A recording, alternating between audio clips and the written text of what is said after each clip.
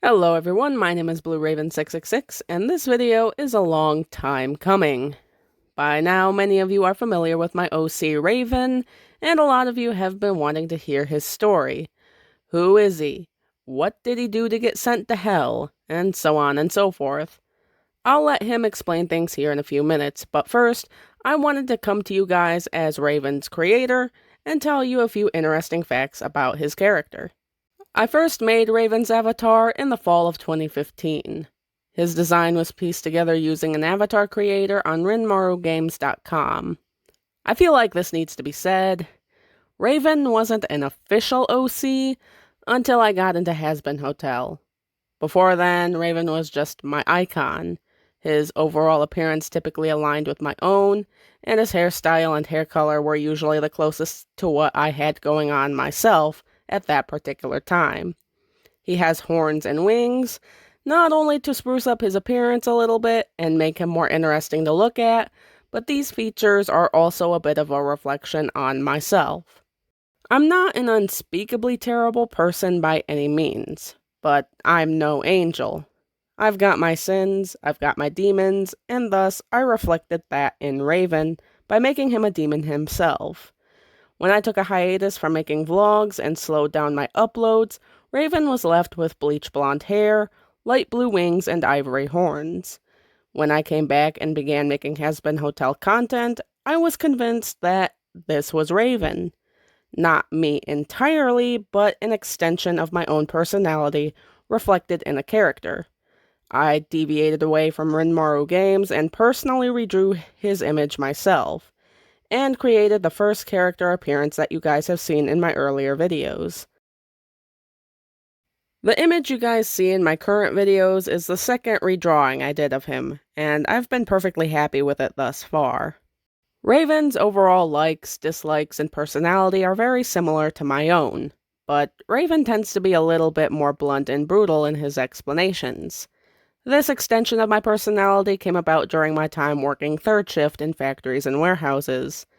So, whenever I make the reference, like or of a third shift factory worker, that's a legitimate reference. I used to live that life, and it's this extension of my personality that I feel fits Raven's character as a whole.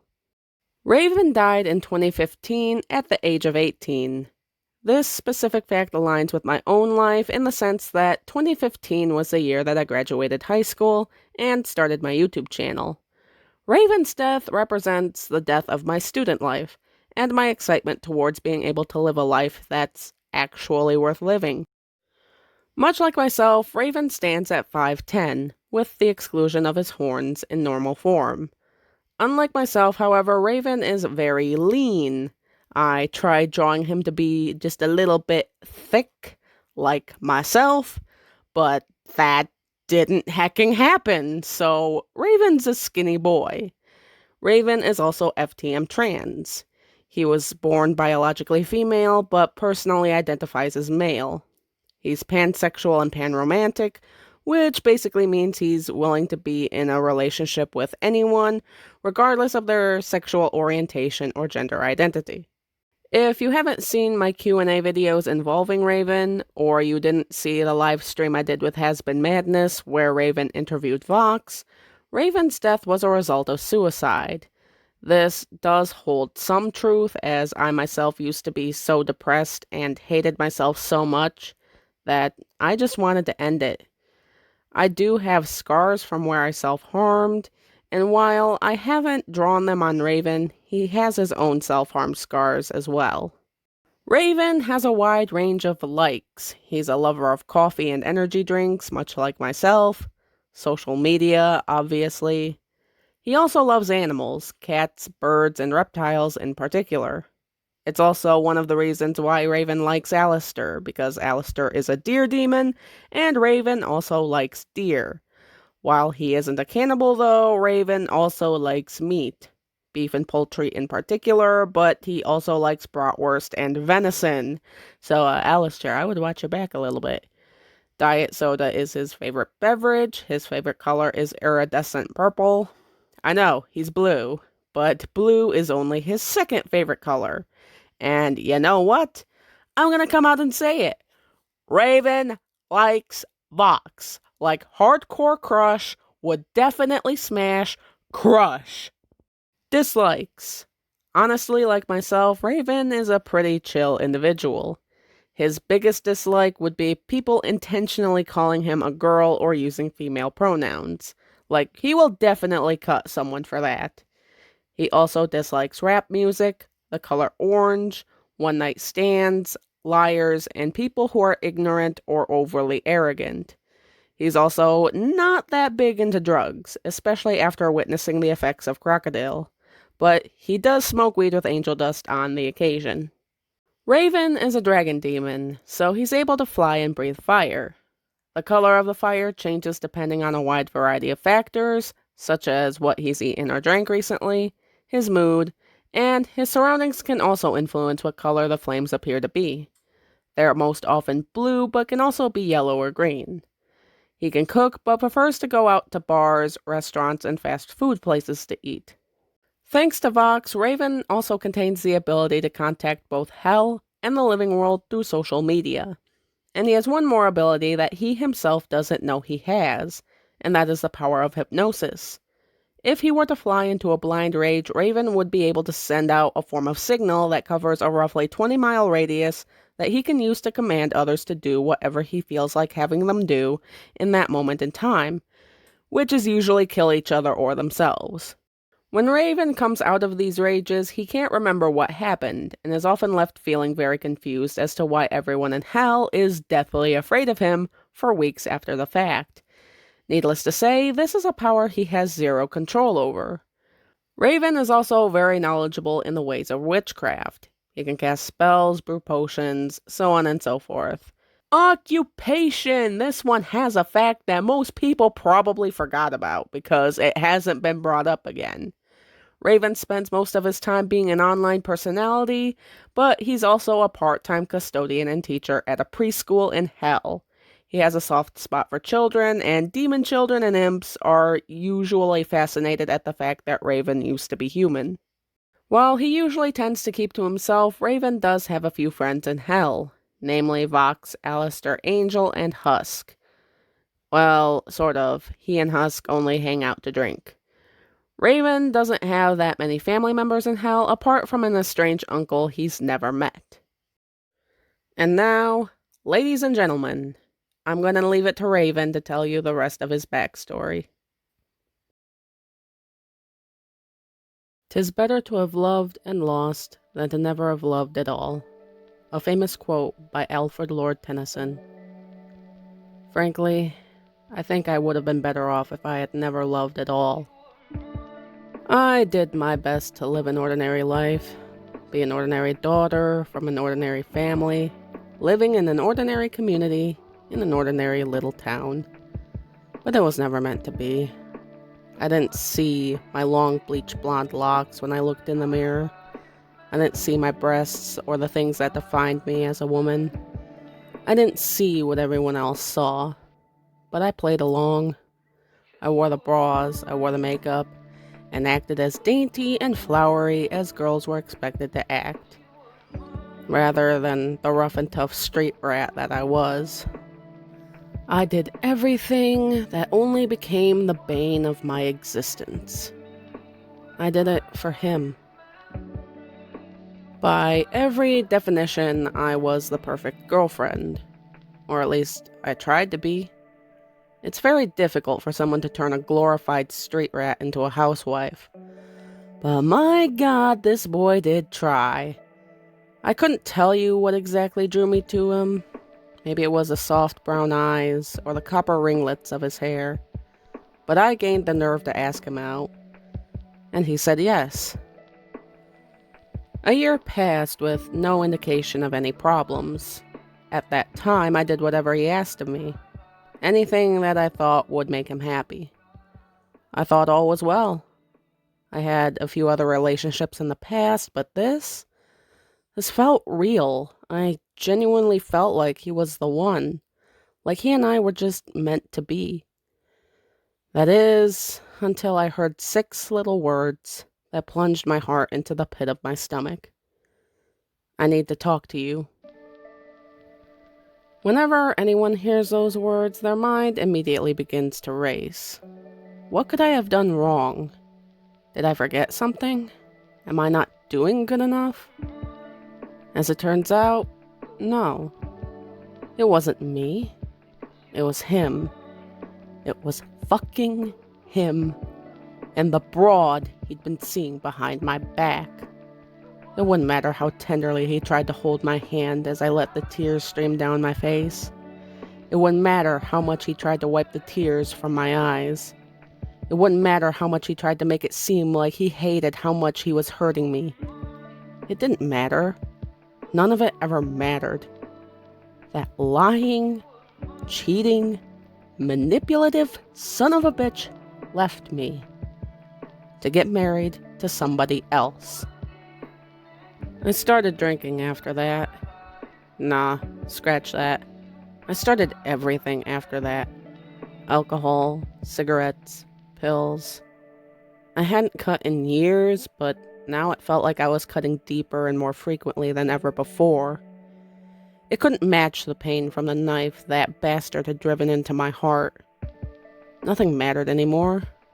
The bright, happy future I had envisioned was gone, stripped away and handed over to someone else in the form of a white gown and a diamond ring that should have been mine. I had given everything to this man. My heart, my body, my sanity, my trust.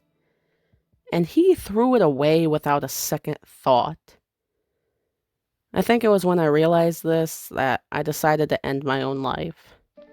I drank more booze, swallowed more pills, cut until my arms and wrists resembled sliced ham more than anything. Nothing worked. I tried hanging myself, but the rope always came undone. I tried throwing myself into traffic, but the cars always stopped. I'd sit in the middle of the railroad tracks, but the train would never come. I tried alcohol and pills, but I'd always wake up again. Nothing would ever work. Why? Were the gods mocking me?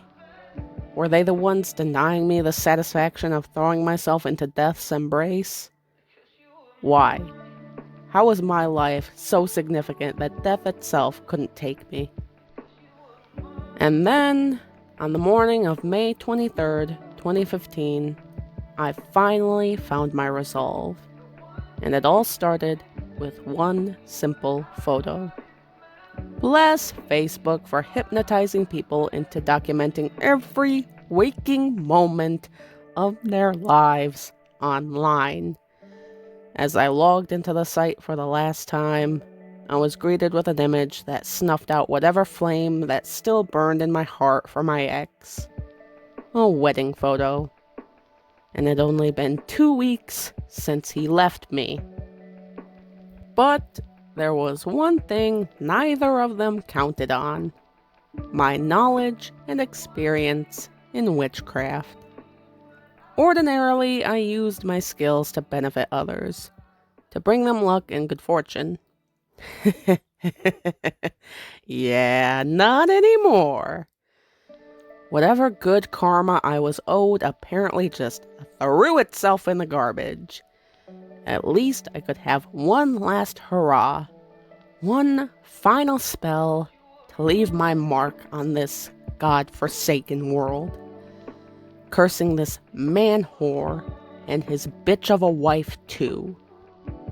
For the rest of their days, neither of them would achieve any happiness. Every day would be a struggle. Their marriage would crumble.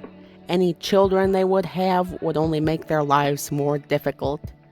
Neither of them would ever know happiness ever again. They were to spend their days knowing exactly how I felt. I couldn't stand that his words of love and everything that had happened between us was a lie. All this time, he was planning a future with someone else. I couldn't stand it. At least this way, he'd know a fraction of the pain and disappointment he had caused me. There was only one last thing for me to do. By the evening, I found myself overlooking the tops of the other skyscrapers, from the top of my 30-story apartment building. My long hair was tucked up under my black beanie, and my navy blue t-shirt billowed in the gusts of wind that pushed against my back. The streets below me were empty. No one to stop me, and nobody who could be physically injured. For a time, I just sat back and chilled with a bottle of pills and a fifth of vodka as I listened to Hollywood Undead on my iPod. They say the song Bullet helps others reconsider their decision about committing suicide, but I think it only helped solidify my own decision, pushing away the slightest hint of doubt that might have made me think twice about it. As the song came to a close, I downed the last of the bottle that had been sitting on my lap and jumped. So, what's it like jumping off of a 30-story apartment building? Frankly, I couldn't tell you because I don't remember much. Death left me dazed and confused for a time, so I don't recall too many of the events that followed. I manifested in the portion of hell known as the Sticks, aka the middle of fucking nowhere. I killed the demon that owned that piece of territory, immediately inheriting it and everything that he owned, and helped myself to the stock pile of booze he had hidden in an underground bunker, and picked up where I had left off, getting drunk off my ass. Now, don't ask me how it happened, but I wound up dancing on top of a billboard singing Bullet at the top of my lungs when I met the overlord of the territory that I owned, Vox the television demon. For context, I had no idea that I was even dead yet. As a matter of fact, I was so drunk that nothing really mattered at that moment, so needless to say, meeting a TV demon was an interesting experience. I laughed at him. Very hard, as a matter of fact. Had it gone any other way, I probably wouldn't be around to tell this story. But Vox also happened to be absolutely plastered at that time, so things ended on a fairly good note. We got shit-faced and passed out together. 3 weeks later, once I decided to sober up, I took on a name. Many demons had commented on the vibrant blue color of my eyes and wings, and I already had a wide range of nicknames to choose from, ranging from Sky to Towhead. But many just referred to me as Blue. So, where did Raven come from? Well, it's because that's my name. It's Raven, and it was something that I didn't see a need to change about myself. The long hair, though, that definitely had to go. Do I regret taking my own life? Maybe a little bit. I regret whatever pain I might have caused my family, but I don't feel bad in the least for my ex. I'm able to be myself now, the true version of myself, and I don't have to be anybody's stupid housewife. So, wherever you are, thorn in my side, I hope you're more sad, disappointed, and frustrated than you've ever been in your entire fucking life.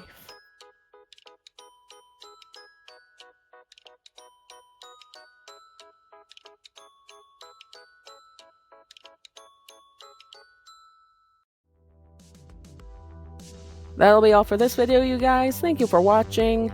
There's a few things I feel like I should mention before I wrap things up, though. Firstly, for the sake of time, I did leave out certain details involving things like how Raven won the turf war that got him his territory out in the sticks, or the details of Raven's first encounter with Vox, or anything else that I might have mentioned in my Q&A videos about him. I think those stories deserve their own videos, which I will be putting up at some point. I don't know when. Raven is getting a redraw. I can't say how soon he's going to be appearing on the channel, but I am working in coordination with an artist on DeviantArt by the name of Pencil Tree. She has a graphic novel series she's working on called Circus Diabolic.